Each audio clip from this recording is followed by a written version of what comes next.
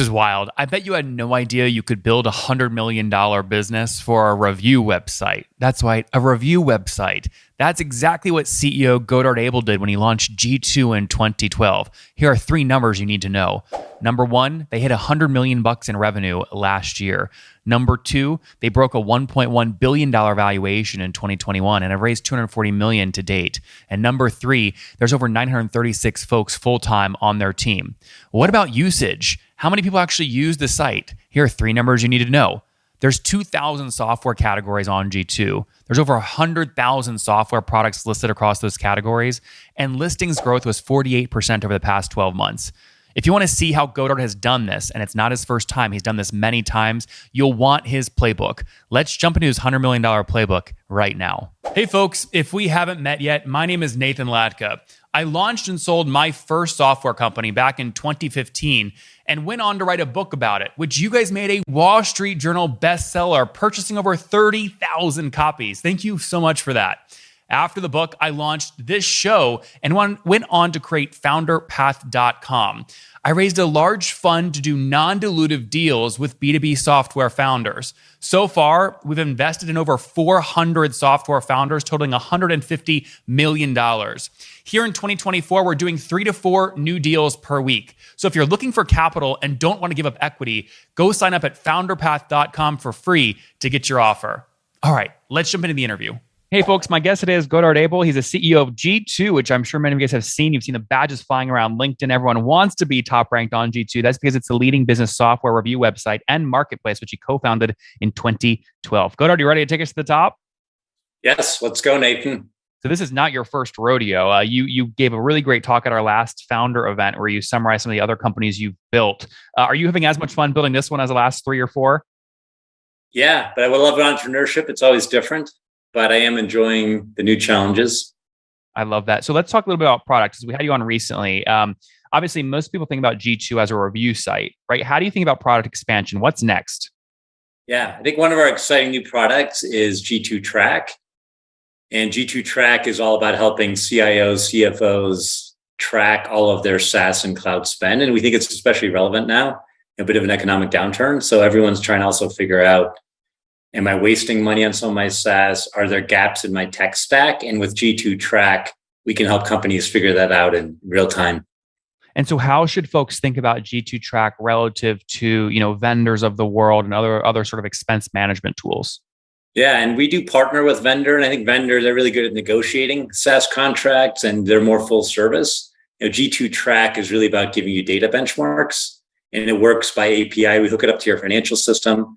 Let's say you're running NetSuite, Intacct, QuickBooks. We parse all your spend data, look at your usage for using something like Okta, and then benchmark it against the whole G2 database to help you figure out, you have some duplicative apps, are there areas you can save money? And on the other side, are there gaps in your stack, where there's new products we'd recommend? So I think we're really excited about the potential of Track.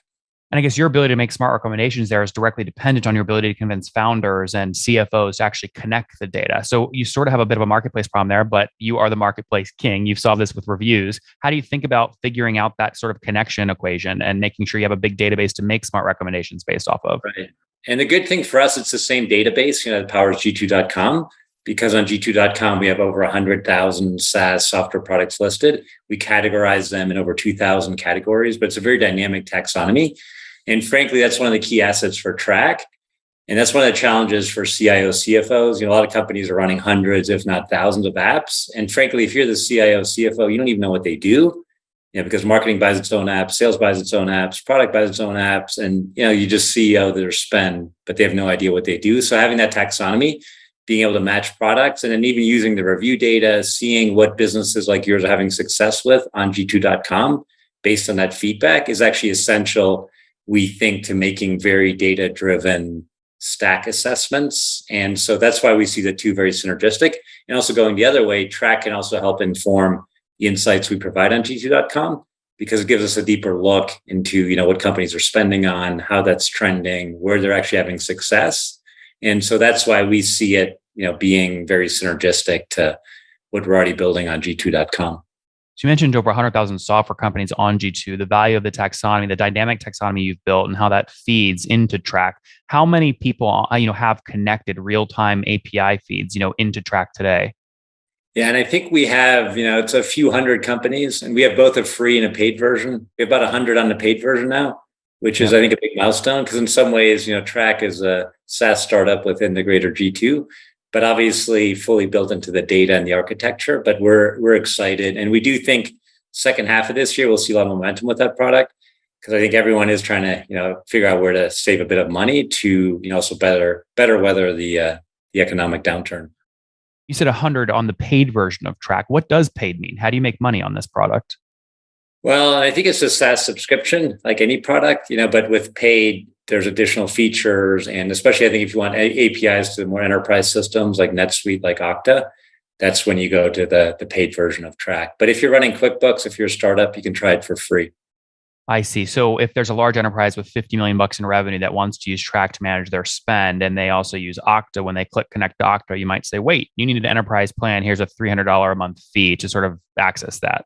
True. And the other thing we do for the bigger companies is we have a contract concierge service because to really make Track work well, you also want to track the key contract terms, such as renewal dates, whatever kind of price uplift there might be. And frankly, there isn't a great way to get all that data into a system, without doing some contract entry. So we have a contract concierge service that's also part of our paid solution. And that can really help companies be more proactive in managing their whole SaaS and cloud service stack.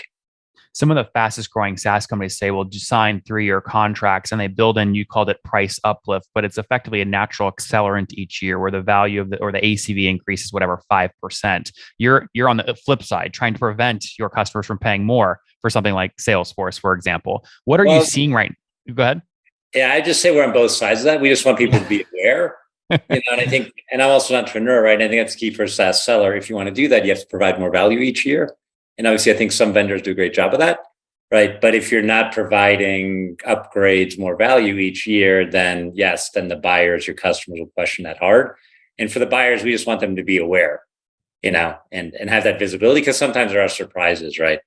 And then like nobody's looked at the contract and turns out there's like a 90-day opt out. And if you don't, there's whatever uplift there is. And I think that's all fine as long as you're aware of it, as long as you feel like you're getting enough value. But obviously CIOs, CFOs don't want to be surprised. And that's, Track to make sure that they have full visibility and they can be proactive. Godard, when you look at the ecosystem of folks that are helping SaaS companies track their spend, who right now do you feel like has the most data, the most live connections to SaaS companies? Yeah. And honestly, I'm not sure. I do think in terms of the negotiating, and really, I think vendor obviously has great momentum, right? They just raise a bunch more money. And, but I think in terms of actually gathering data, we feel like we're in a good position. Mm-hmm. Now you're also well capitalized. I believe your last round was 157 million Series D last year, right? True. And broke the 1.1 billion valuation mark. Yes, that was very exciting. Any more capital raised since then or no?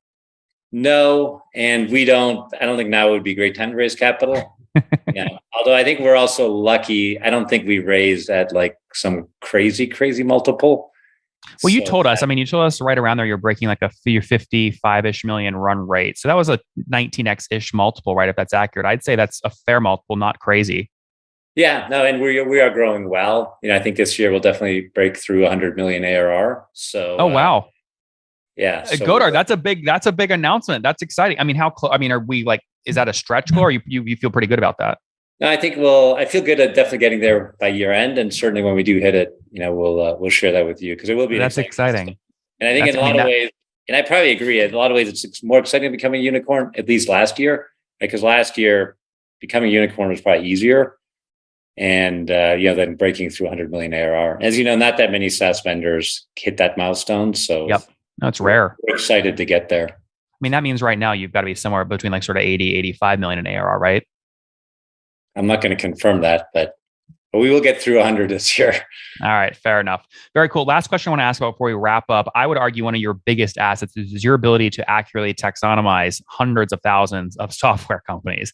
How on earth do you do this? Well, I think we have the advantage that vendors, software vendors, software sellers, they want it to be right on G2.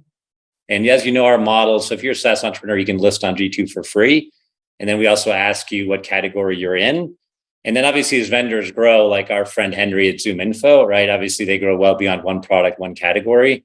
So now ZoomInfo, something like that's probably in 30 categories, but we actively work with their product marketing, their product teams to make sure they're properly classified across all of their products. And that's never done because vendors like ZoomInfo are always innovating, entering new categories, launching new products. But I do think we've become an essential part now of our industry, where if you're a software vendor, you want it to be right on G2 so that software buyers, and we have about 7 million a month coming to G2, that they discover you, because you don't want to be missed. And so that's why there's a nice synergy, with our community of vendors and also I think more entrepreneurs. I think the number of listings on G2 has grown 48% over the last year. That's wild. And so that's very exciting. And but it's very collaborative, with our community of vendors, and they're always helping us update it. And we do have a research team. I mean, it's a pretty big job.